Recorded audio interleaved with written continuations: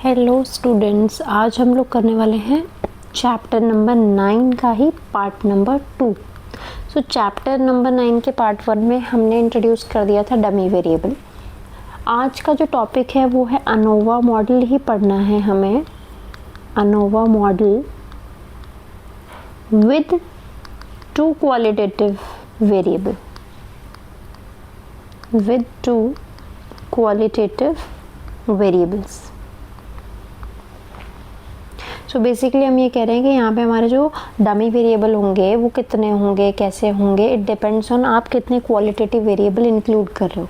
जो पुराना वाला मॉडल था उसमें आपने क्या किया था, इट वाज लाइक दिस ना, Y I is equal to beta 1 plus beta 2 d2i plus beta 3 d3i plus ui। But ये जो मॉडल है हमने तब बनाया था कि y हमारी क्या है, सैलरी है, और हमारे पास जो क्वालिटेटिव वेरिएबल है, क्वालिटेटिव वेरिएबल वो क्या था, वो था एरिया।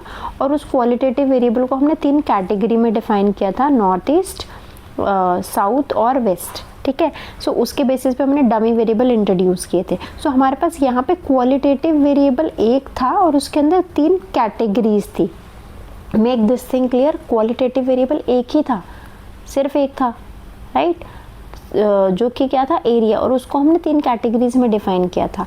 अब हम क्या करने वाले हैं, अब हमारे पास ये जो क्वालिटेटिव वेरिएबल है ये 2 है, एक नहीं है। जैसे यहाँ पे क्वालिटेटिव वेरिएबल एरिया था, अब एरिया के साथ कुछ और भी लेंगे।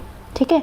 सो जब आप 2 क्वालिटेटिव वेरिएबल लोगे तो उस केस में आप अनोवा मॉडल को किस तरीके से स्टडी करोगे, या फिर चेंजेस क्या आएंगे जब हम 2 क्वालिटेटिव वेरिएबल इंक्लूड करते हैं। So this is all about this topic आज जो करने वाले हैं हम लोग। सो एग्जाम्पल लेते हैं हम इसके लिए एक।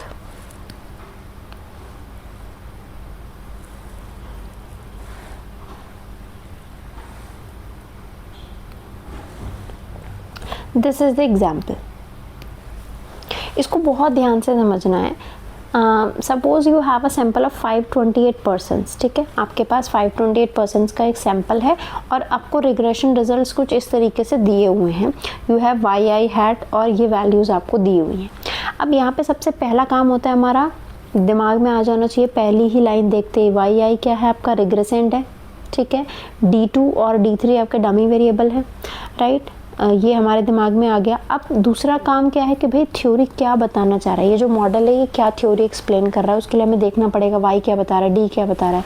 तो वाई यहाँ पे आपको बता रहा है आवरली वेज, एक आवर में कितनी वेज कोई भी पर्सन अर्न कर रहा है, और वो किस चीज़ पे डिपेंड कर रही है आपकी, वो आपकी 2 वेरिएबल पे डिपेंड कर रही है। एक तो वेरिएबल है आपका ये d2 मैरिड स्टेटस।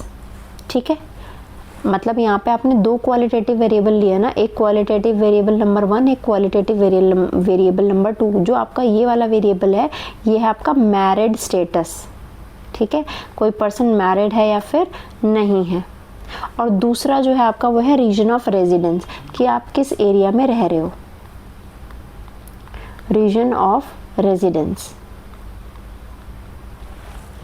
सो मैरिड स्टेटस के लिए आप क्या करोगे, अब ये जो है दीज आर द नंबर जो कि हम इस पर डिफाइन कर रहे हैं। सो 1 का मतलब मैरिड, 0 का मतलब अदरवाइज, और उसी तरीके से आपका यहाँ पे क्या है, 1 का मतलब साउथ, 0 का मतलब अदरवाइज। अच्छा, दिमाग में क्वेश्चन ये आएगा कि मैम यहाँ पे तो 2 वेरिएबल हैं, 2 क्वालिटेटिव वेरिएबल है और हमने डमी भी 2 ही बनाए हैं। हमने तो पिछली क्लास में ये पढ़ा था कि जितने वेरिएबल होते हैं डमी, उससे एक कम निकालना चाहिए, उससे एक कम हमें इंट्रोड्यूस करना चाहिए मॉडल में, आना चाहिए दिमाग में। आई थिंक यहाँ पे हमने ऐसा कुछ किया ही नहीं है। यहाँ पे हमने देखो, बात ये हुई थी कि जितने वेरिएबल हैं आपके, ठीक है, उसकी कितनी कैटेगरीज हैं। जैसे आपके वेरिएबल की अगर 3 कैटेगरी हैं तो आप कितने इंट्रोड्यूस करोगे डमी, 2 इंट्रोड्यूस करोगे। यहाँ पे तो आपका वेरिएबल है एक मैरिड स्टेटस, और ये 2 ही कैटेगरी में डिवाइडेड है, या तो आप मैरिड हैं या फिर आप अनमैरिड हैं। ठीक है, सो 2 कैटेगरी हैं, 2 में से अब 2 कैटेगरी है तो एक ही डमी वेरिएबल डिफाइन करेंगे, तो हमने एक ही किया है d2। उसी तरीके से रीजन ऑफ रेजिडेंस जो है वो 2 पार्ट में डिवाइडेड है, साउथ या फिर अदरवाइज कोई और। ठीक है, तो 2 है ना रीजन भी, तो 2 में से हमने कैटेगरी कितनी है, 2 हैं, सो एक ही डमी वेरिएबल इंट्रोड्यूस किया, that is D3। So D2 आपका किसके लिए है, मैरिड स्टेटस के लिए, D3 किसके लिए है, एरिया के लिए है। और कैटेगरीज इनकी 2 ही हैं, यहाँ पे 2 से ज़्यादा भी हो सकती हैं कैटेगरी, बट यहाँ पे सिर्फ हमने 2 कैटेगरीज ही ली टू मेक इट सिंपल। तो हमने कोई भी यहाँ पे मिस्टेक नहीं की है, हमारा डमी वेरिएबल ट्रैप नहीं होने वाला है। यहाँ पे जितना हमने पढ़ा है, जितना हमें वेरिएबल में चीज़ें इंक्लूड की हैं, दीज ऑल आर करेक्ट। सो ये क्लियर है सबको। अब हमें ये देखना है कि एक एक चीज़ क्या बता रही है। अच्छा, यहाँ पे मैंने मैरिड स्टेटस बता दिया, यहाँ पे रीजन ऑफ रेजिडेंस बता दिया। अब यहाँ पे बेंचमार्क कैटेगरी क्या लेंगे, बेंचमार्क तो क्योंकि लेना पड़ेगा। आप कितने भी क्वालिटेटिव वेरिएबल ऐड कर लो, बेंचमार्क तो देखो है ना, ये क्या बता रहा है, what is this telling me.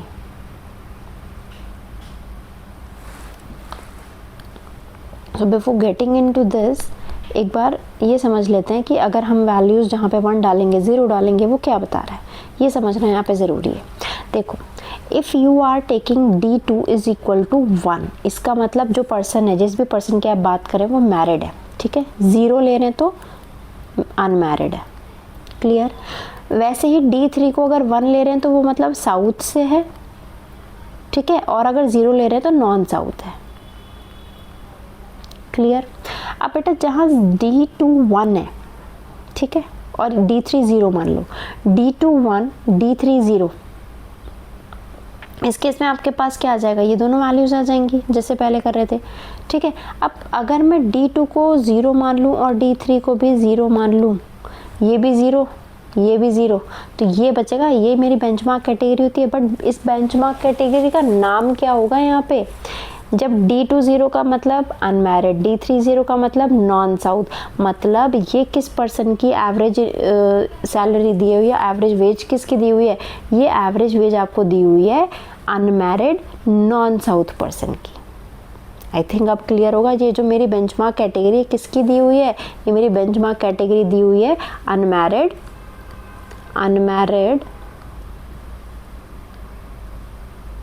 और नॉन साउथ,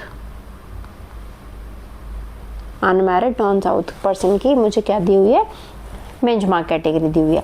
और फिर यहाँ हम देख रहे हैं कि इस कैटेगरी से ये वाला D2 1 आ जाएगा, मैरिड वाला जो पर्सन है उसकी सैलरी इतने ज़्यादा है, और जो नॉन साउथ, वो जो साउथ वाला पर्सन है उसकी सैलरी इतनी कम है, ठीक है। सो इन दिस एग्जाम्पल अब यहाँ देखते हैं, देखो 2 हमारे क्वालिटेटिव रिग्रेसर है, 2 ही उनकी कैटेगरी है, इसलिए हमने क्या किया, दोनों को एक सिंगल डमी वेरिएबल इंट्रोड्यूस कर दिया है। बेंचमार्क कैटेगरी कौन सी है हमारी, obviously unmarried non south residence हमारी बेंचमार्क कैटेगरी है। So unmarried person who do not live in south are the omitted category, ठीक है।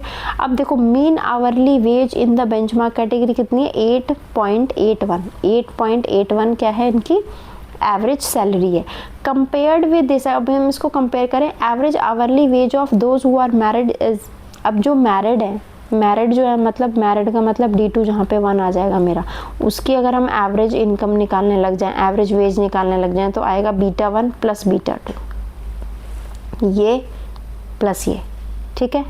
दोनों को प्लस करके मेरे पास वैल्यू क्या आ जाएगी, 8.81 प्लस 1.10 कितनी आ जाएगी, 9.91। कितने से हाइयर है, मैरिड जो लोग हैं उनकी सैलरी कितने से हाइयर है, 1.10 से। उसी तरीके से दो जो लिव इन द साउथ उनकी एवरेज वेज जो है वो कम है बाय 1.67, और एवरेज वेज कितनी है उन लोगों की जो साउथ में रह रहे हैं, 7.14। और बेंचमार्क कैटेगरी में हमारा क्या है, someone who is unmarried and non south जो हैं वो उसकी वहाँ पे एवरेज वेज दी हुई है। सो आई होप ये क्लियर होगा यहाँ पे। अब देखो इसका ना बहुत सिंपल सा क्वेश्चन बन जाता है, मैं आपको अगर इतना टेबल दे दूँ, इतना, ठीक है, और ये एक्सप्लेन कर दूँ, उसके बाद मैं आपसे बेंचमार्क कैटेगरी पूछ सकती हूँ, उस क्वेश्चन में मैं ये पूछ सकती हूँ एवरेज सैलरी की मैरिड की कितनी है, साउथ वालों की कितनी है, बहुत ईजिली पूछ सकती हूँ, कंपैरिजन भी पूछ सकती हूँ कहाँ ज़्यादा है कहाँ कम है। तो बेसिकली यहाँ पे आपको मेन ध्यान किस चीज़ पे देना था, आपको इस चीज़ पे देना था कि कैटेगरी किस तरीके से डिफाइन की गई है। यहाँ पे 2 क्वालिटेटिव वेरिएबल है, उनकी 2 कैटेगरी, एक डमी वेरिएबल डिफाइन किया एंड दैट्स इट। पीछे वाले से ये वाला एग्जाम्पल बहुत ज़्यादा डिफरेंट नहीं है। इसको भी अनोवा मॉडल ही बोलते हैं, पहले वाले को भी अनोवा ही बोल रहे थे, बस वहाँ डिफरेंस क्या था, वहाँ वेरिएबल एक था, उसकी 3 कैटेगरी थी, यहाँ 2 ही वेरिएबल हैं, 2 ही कैटेगरी हैं, बस सिर्फ डिफरेंस इतना है, बाकी ऑलमोस्ट सारी चीज़ें क्या हैं आपकी सेम है, बहुत ज़्यादा कुछ डिफरेंस नहीं है। So this is all about 2 qualitative variable model. Next topic पे मूव करते हैं। नेक्स्ट जो मॉडल है हमारा उसको हम कहते हैं एनकोवा। ये बहुत इंपॉर्टेंट है from the exam perspective. ANCOVA model, ANOVA नहीं है, एनकोवा है। एनकोवा का मतलब है बेसिकली, हम इसमें यहाँ पे पढ़ते हैं mixture of quantitative and qualitative regressor. So यहाँ पे हम ये कह रहे हैं कि कोई भी इकोनॉमिक रिसर्च है उसमें ज़रूरी थोड़ी है आपका जो डिपेंडेंट वेरिएबल है वो सिर्फ क्वालिटेटिव वेरिएबल से ही इम्पैक्ट हो रहा हो, वो क्वालिटेटिव से हो रहा है और क्वांटिटेटिव से नहीं हो रहा, ऐसा तो नहीं है।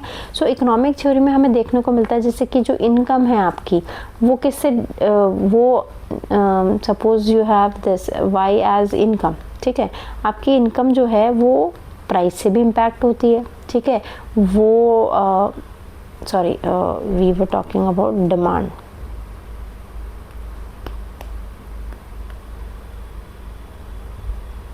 डिमांड जो है आपकी, जैसे डिमांड हमने ले लिया क्या, हमारा डिपेंडेंट वेरिएबल है। डिमांड आपकी प्राइस से भी इम्पैक्ट होती है, इनकम से भी इम्पैक्ट होती है, टेस्ट एंड प्रेफरेंस से भी होती है, और आपकी वेल्थ से भी होती है, जेंडर से भी होती है। अब यहाँ पे देखो जो प्राइस है वो कैसा वेरिएबल है, क्वांटिटेटिव है। इनकम कैसा है, क्वांटिटेटिव है। टेस्ट एंड प्रेफरेंस कैसा है, क्वालिटेटिव है ना। टेस्ट एंड प्रेफरेंस को नंबर में थोड़ी मेजर कर सकते हैं।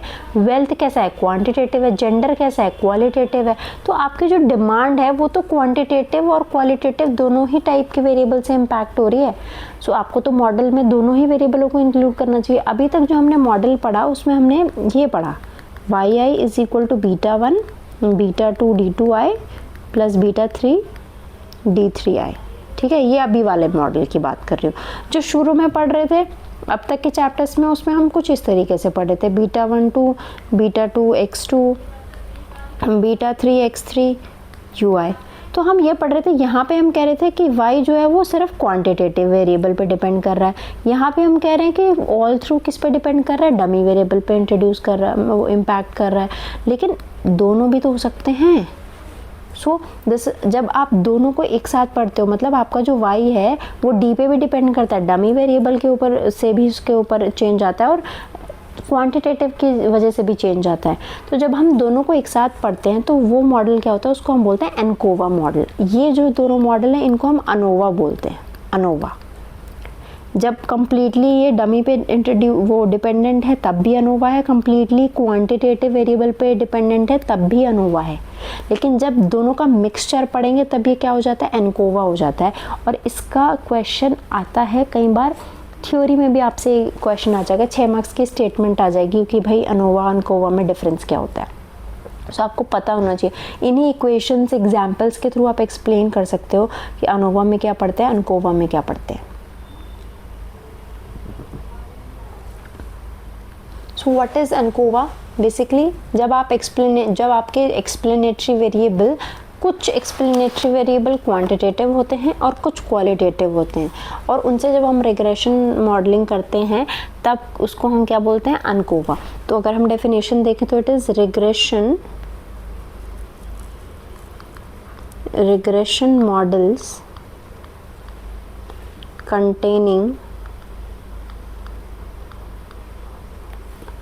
एन एडमिक्सचर का मतलब mixture of additions of quantitative and qualitative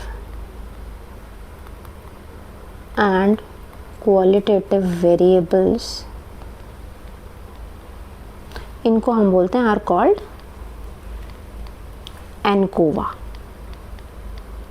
ANCOVA models. ANCOVA की आपकी फुल फॉर्म है analysis of analysis of covariance.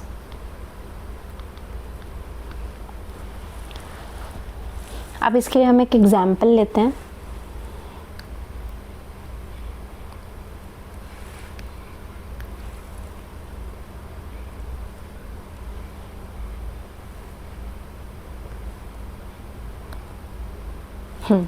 This is the example.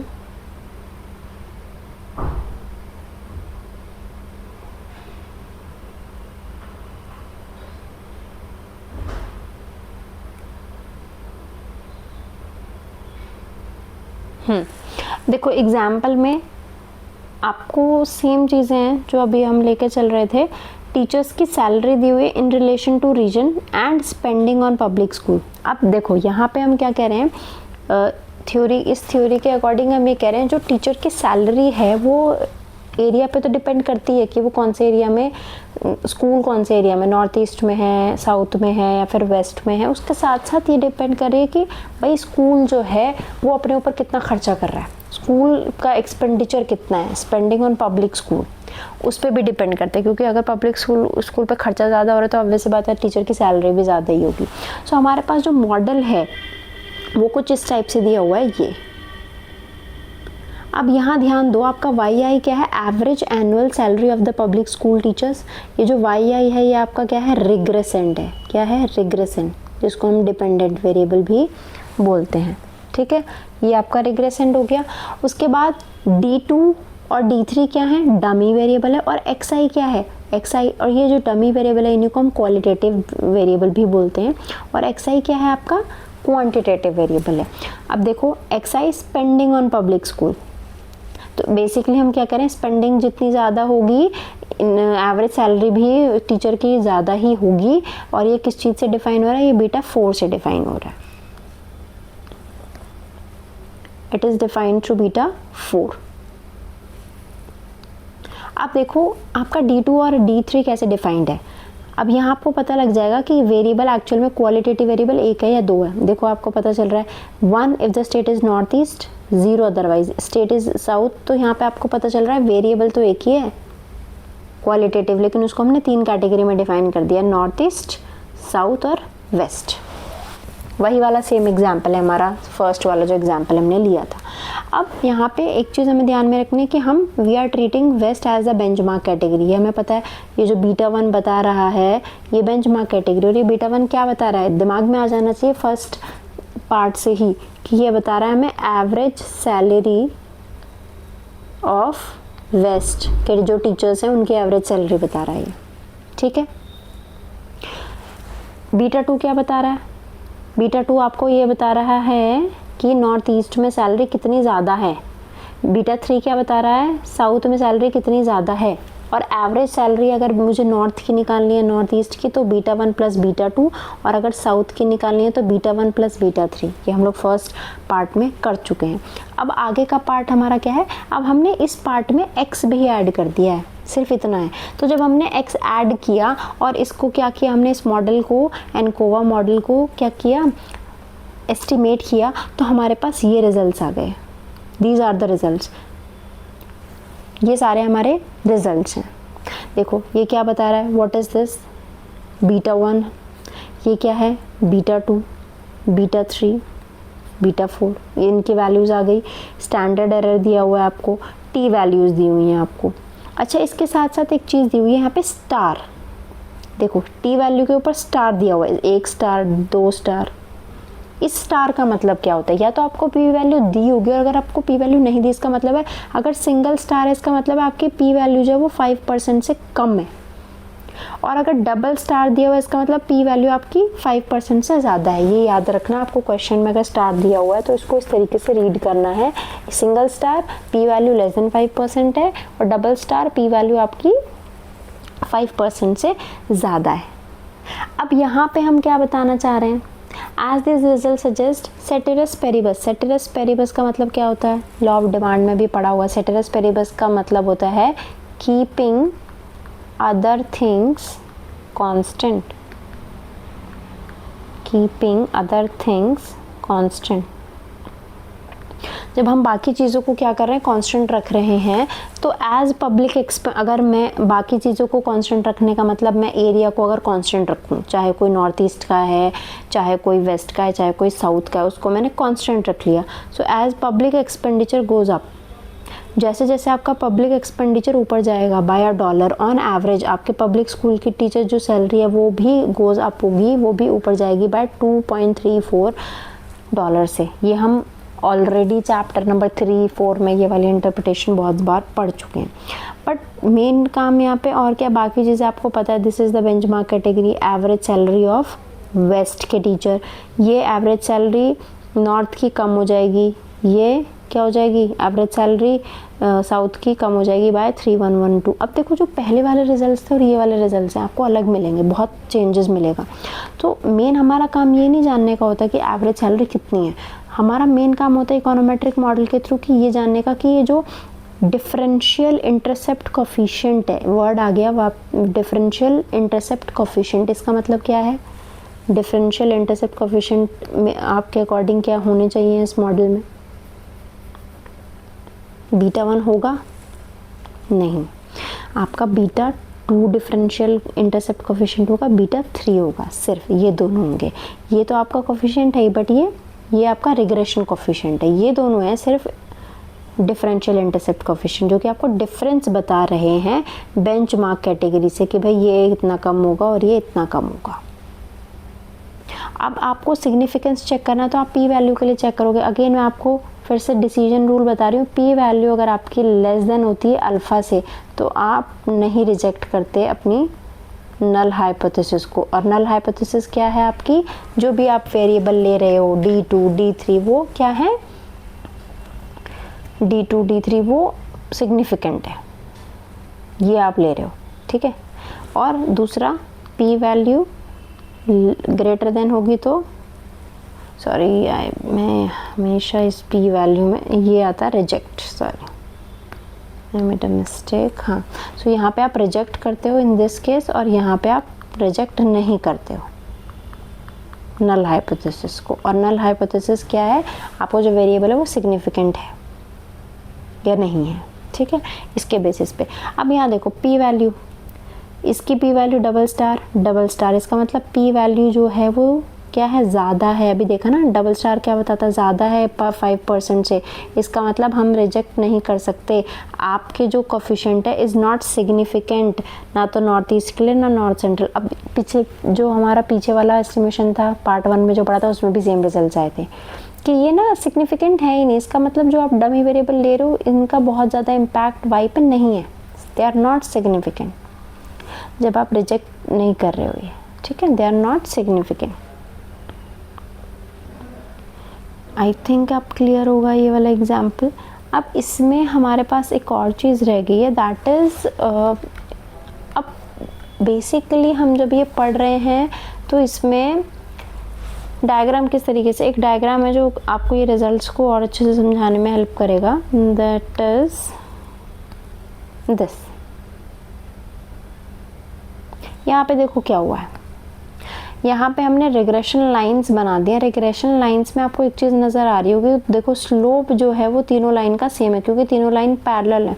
कोई भी मैथ्स में हमें पता है लाइन पैरेलल कब होती है, जब उनका स्लोप सेम होता है और इंटरसेप्ट डिफरेंट होता है।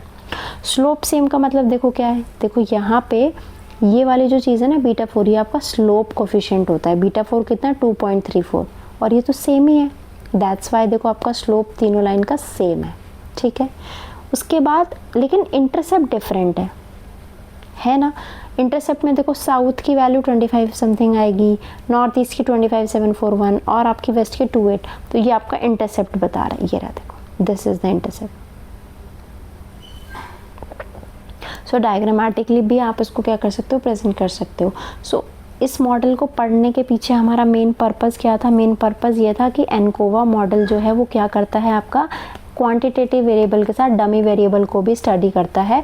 और जो आपका क्वांटिटेटिव वेरिएबल है वो पुराने तरीके से ही मॉडल में रहता है। डमी वेरिएबल जो है वो आपको एवरेज चीज़ें बताता है according to the categories, according to the variable जो भी आप डिफाइन कर रहे हो। बस यहाँ पे वर्ड चेंज हो जाता है, हम यहाँ पे एनकोवा मॉडल पढ़ते हैं।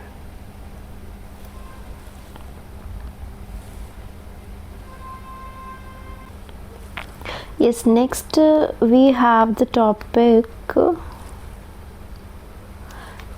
It is basically connected to the chapter number 8. Somehow हमने start किया था chow test, ठीक है.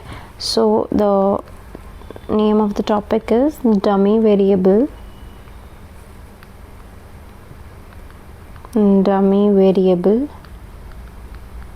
alternative to the chow test. तो सबसे पहले ये समझने से पहले तो हमें ये समझना, मतलब ये पूरा टॉपिक समझने से पहले हमें ये पता होना चाहिए चाउ टेस्ट हमने कब यूज़ किया था.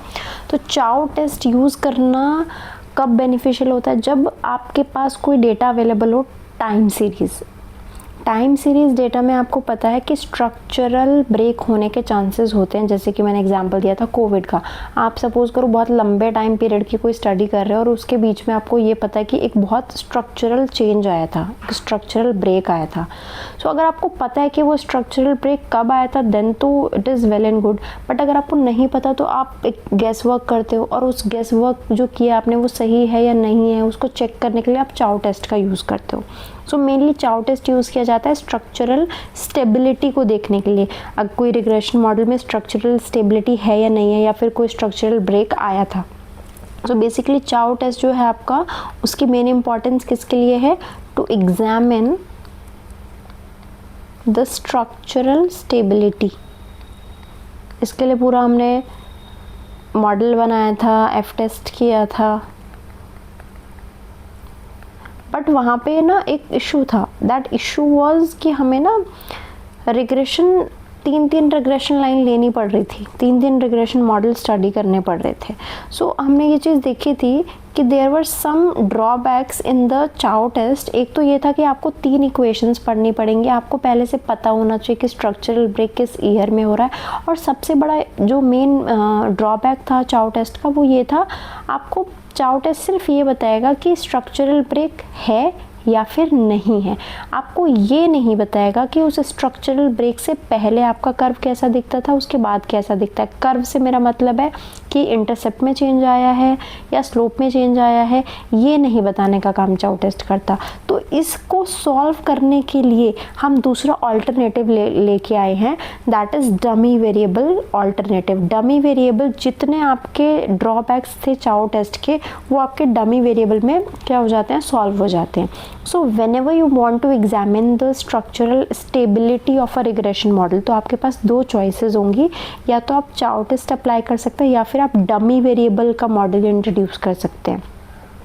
अब इसमें भी अगर आपको सिर्फ ये पता करना है कि स्ट्रक्चरल ब्रेक है या नहीं है तब आप चाउ टेस्ट यूज़ करेंगे. लेकिन अगर आपको पूरा इवैल्यूएशन चाहिए कि स्ट्रक्चरल ब्रेक भी था, उसके बाद इंटरसेप्ट में चेंज आया या स्लोप में चेंज आया या किसी एक में चेंज आया है, वो भी अगर आपको चेक करना है then you will blindly follow the dummy variable alternative. So अभी तक जो हमने पहला वाला एग्जाम्पल लिया था हमने उसको क्या किया था, मैं वापस से थोड़ा सा रिवाइज़ करा देती हूँ. उसमें हमारे पास डेटा था 1970 से लेके 1995 तक का. और ये हमने इस पीरियड को 2 पीरियड्स में डिवाइड करके पढ़ा था. 1970 से 1981 एक पीरियड और 1982 से 1995 दूसरा पीरियड. ठीक है. और इस तरीके से आपके पास इसका एक रिग्रेशन मॉडल आ गया था, इसका एक रिग्रेशन मॉडल आ गया था और ये भी हम पढ़ रहे थे, ये एक अलग से रिग्रेशन मॉडल आ गया था. So on the basis of Chow test हमने देखा था कि there was a difference in the regression of savings on income and between the 2 periods. 2 period में डिफरेंस था. बट हम ये नहीं बता पाए थे कि ये जो डिफरेंस है ये डिफरेंस इंटरसेप्ट टर्म में आया, स्लोप कोफिशिएंट में आया या दोनों में आया. इसके लिए हमने क्या किया, ये निकालने के लिए हमें ज़रूरत पड़ेगी किसकी, हमें ज़रूरत पड़ेगी डमी वेरिएबल की. अब ये जो डिफरेंस है ये कैसे हो सकते हैं पहले ये देखते हैं. These differences can be of 4 types. 4 possibilities है. जब आप स्ट्रक्चरल ब्रेक को स्टडी करते हैं तो देर आर 4 पॉसिबिलिटीज़ कि 4 पॉसिबिलिटीज़ हो सकती हैं. सबसे पहली पॉसिबिलिटी तो ये है कि आपका both intercept and slope coefficient दोनों चेंज हुए हैं. ठीक है, या फिर दोनों सेम है. So both intercept and slope coefficient are same. जब दोनों सेम है, तो अगर दोनों सेम है तो आपके रिग्रेशन लाइन कैसी हो जाएंगी, यू विल गेट कोइंसिडेंट, एक दूसरे के ऊपर जो लाइन है उसको हम बोलते हैं कोइंसिडेंट, बोलते हैं ना कोइंसिडेंटली सेम काम हो जाना। So that is coincident regressions. आपको कैसे रिग्रेशन दिखेगा, कोइंसिडेंट रिग्रेशन दिखेगा। I will show you the graph after we will complete the 4 possibilities. Then अगर आपका सिर्फ इंटरसेप्ट चेंज हुआ है, only the intercept, only the intercept are different, structural break के बाद आपके सिर्फ जो इंटरसेप्ट है वो डिफरेंट है, बट स्लोप जो है वो सेम है, स्लोप जो है वो सेम है। अभी हमने ये ग्राफ पढ़ा था पीछे, ये इसके इंटरसेप्ट डिफरेंट थे, स्लोप सेम थे। इस टाइप के ग्राफ को हम क्या बोलते हैं, these are known as parallel regressions. Parallel line बन रही है ना, तो इनको हम बोलेंगे parallel regression. So dummy variable हमें क्लियरली बताएगा कि कोइंसिडेंट रिग्रेशन आएंगे, पैरेलल रिग्रेशन आएंगे, या फिर थर्ड नंबर पे we have when the intercept are same, when the intercepts are same but slope are different, दोनों के स्लोप्स डिफरेंट है।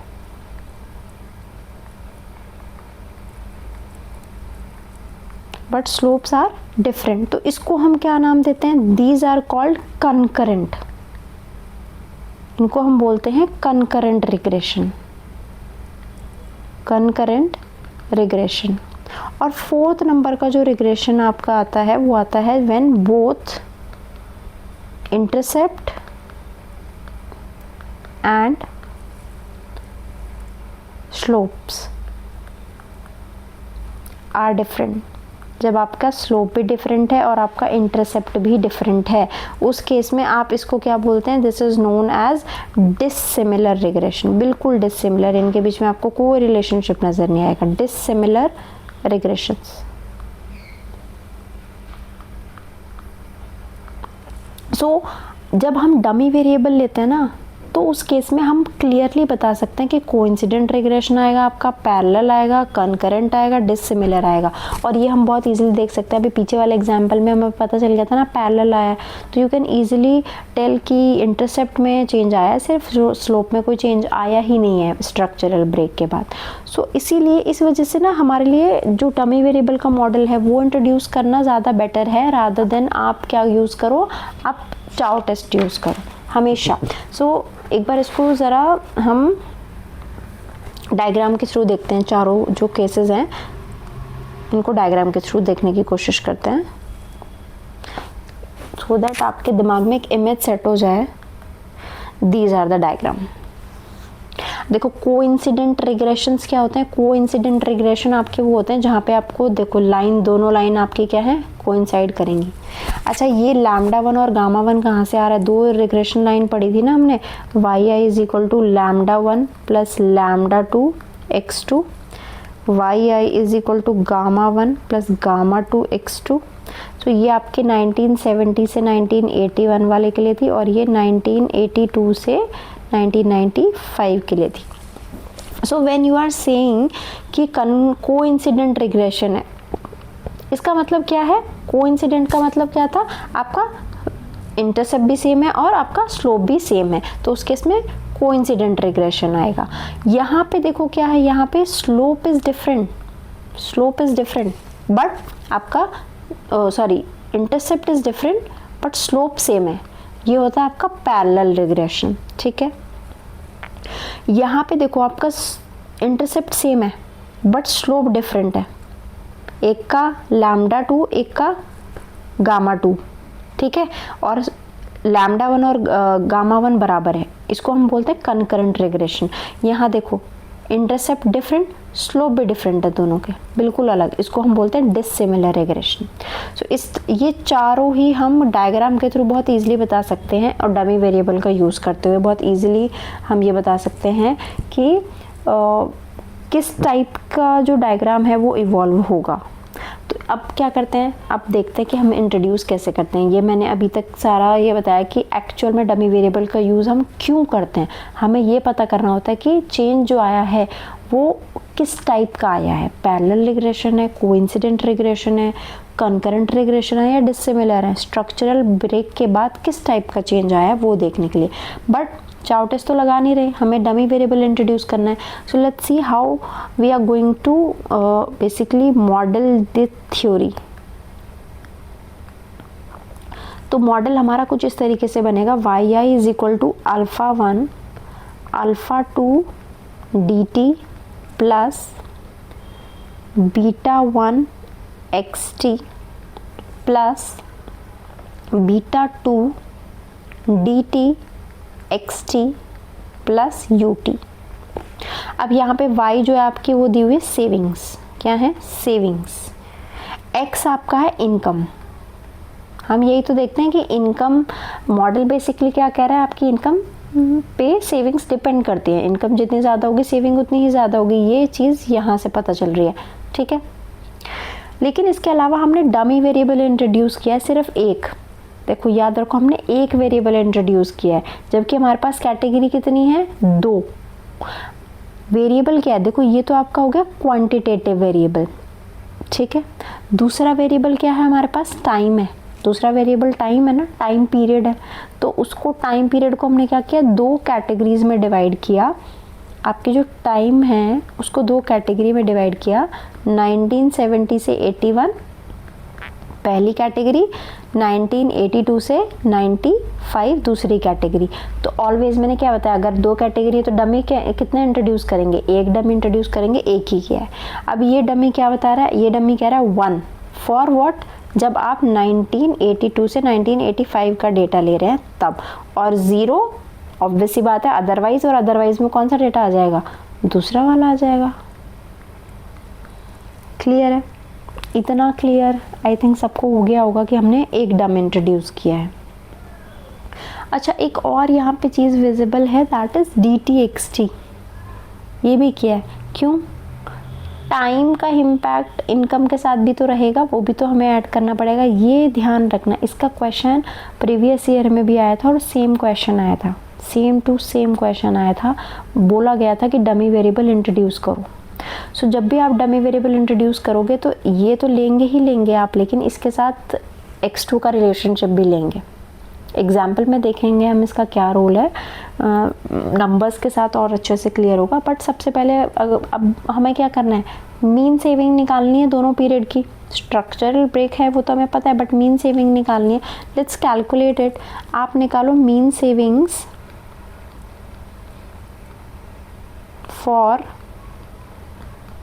1970 से 1981। अच्छा, जैसे ही मैंने कहा मीन सेविंग निकालनी है 1970 से 1981, मेरा डी क्या हो जाएगा, 0 हो जाएगा। जहाँ जहाँ डी है वहाँ वहाँ 0 पुट कर दीजिए। आपके पास क्या आ जाएगी पहली equation, Y I is equal to alpha 1 plus, ये तो पूरी वैल्यू 0 हो जाएगी। उसके बाद ये भी वैल्यू 0 हो जाएगी, 0 के साथ किसी भी चीज़ की मल्टीप्लाई करोगे इट विल बिकम 0। सो ये बचेगा आपके पास बीटा 1 एक्स टी। और अजम्पशन ऑलरेडी हम ये लेके चल रहे हैं कि यू टी जो है वो नॉर्मल डिस्ट्रीब्यूशन फॉलो करता है with mean 0 and sigma square as variance, right. दूसरा, आप मीन सेविंग निकाल रहे हैं, मीन सेविंग्स फॉर